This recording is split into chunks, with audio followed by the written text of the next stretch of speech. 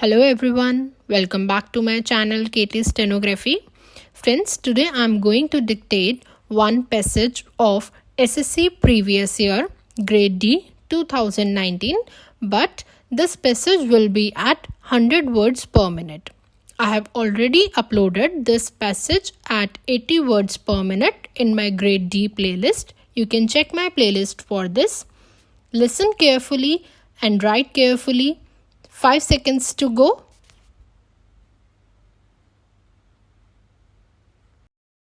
Mr. Speaker, Sir, I welcome this opportunity which has been provided by this Honorable House to discuss this statement which I made the other day before the Honorable Members. I welcome this opportunity for two reasons. First, it gives me an opportunity of removing some misgivings which are entertained by the honorable members. At the same time, it will also give me an opportunity to clarify some of the details of this statement which I have made before this house. Before doing that, I would like to make a few observations, and these are that some of the honorable members have expressed views that so far as the matter of food is concerned, it has to be treated as a national problem.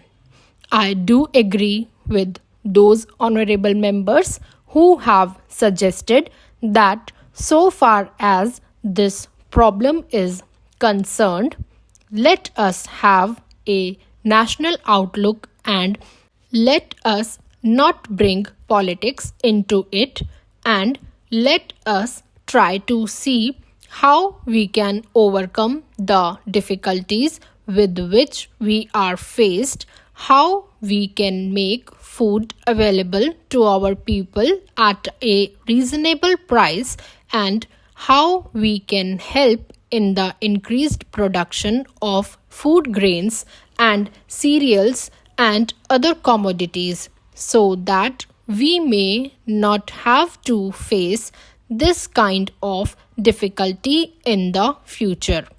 Sir, the second thing which I would like to point out is that I think the time has come when we should be clear in our mind that this is not because of preconceived ideas that we had placed a certain policy before this house and before the country last year. We thought that the policy of takeover would help us in having an effective control over the surplus so that there may be no scope for speculators on the one hand, and there may be no distortion of prices on the other hand, and it may be possible for us to provide the food grains which are the essential commodities for the existence of our people at a reasonable price to our people, and particularly the vulnerable sections.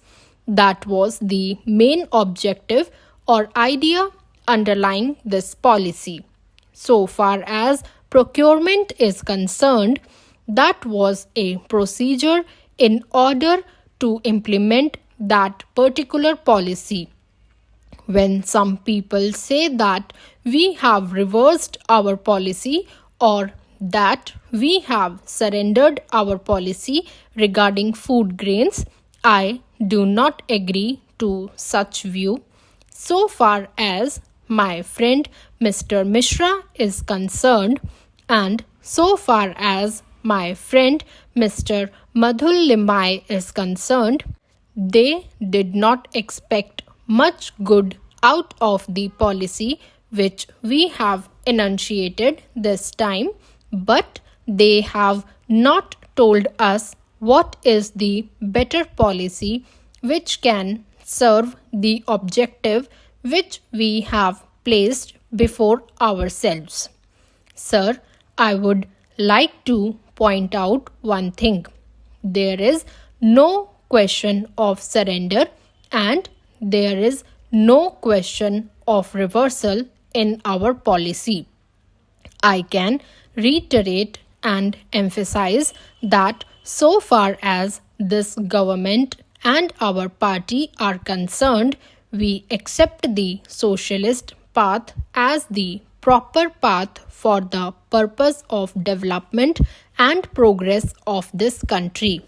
We are very clear about this. We shall pursue this path. Maybe that we may have to change the emphasis from time to time. Maybe we may have to change the direction from time to time. But we hope that the goal that we have set before ourselves will be achieved in the long run. Now, the question before us is this: why did the policy which we had placed before the House and was accepted by it was not a success? I can give you a number of reasons for this. One of the main reasons why the policy had failed is this: the very honorable members who are now criticizing us had created such a psychology in the country, and on the basis of which it was not possible for us to obtain food grains from the cultivators.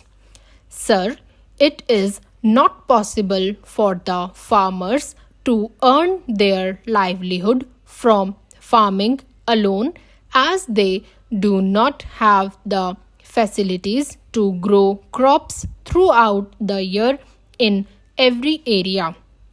They remain idle for several months in a year. How can they meet their family expenses when they have no work? In order to generate employment as well as purchasing power, the government should create jobs for some kind or the other. In this connection, I would like to stress on dairy development. If the rural people get facilities like loan to buy good variety of cows and buffaloes, and also some help under the centrally sponsored scheme, they will be able to produce milk and milk products. Therefore, I urge the Government of India to pay adequate attention to promote dairy in different parts of the country. I hope the government will pay attention to it. Please like, share and subscribe my channel for more updates.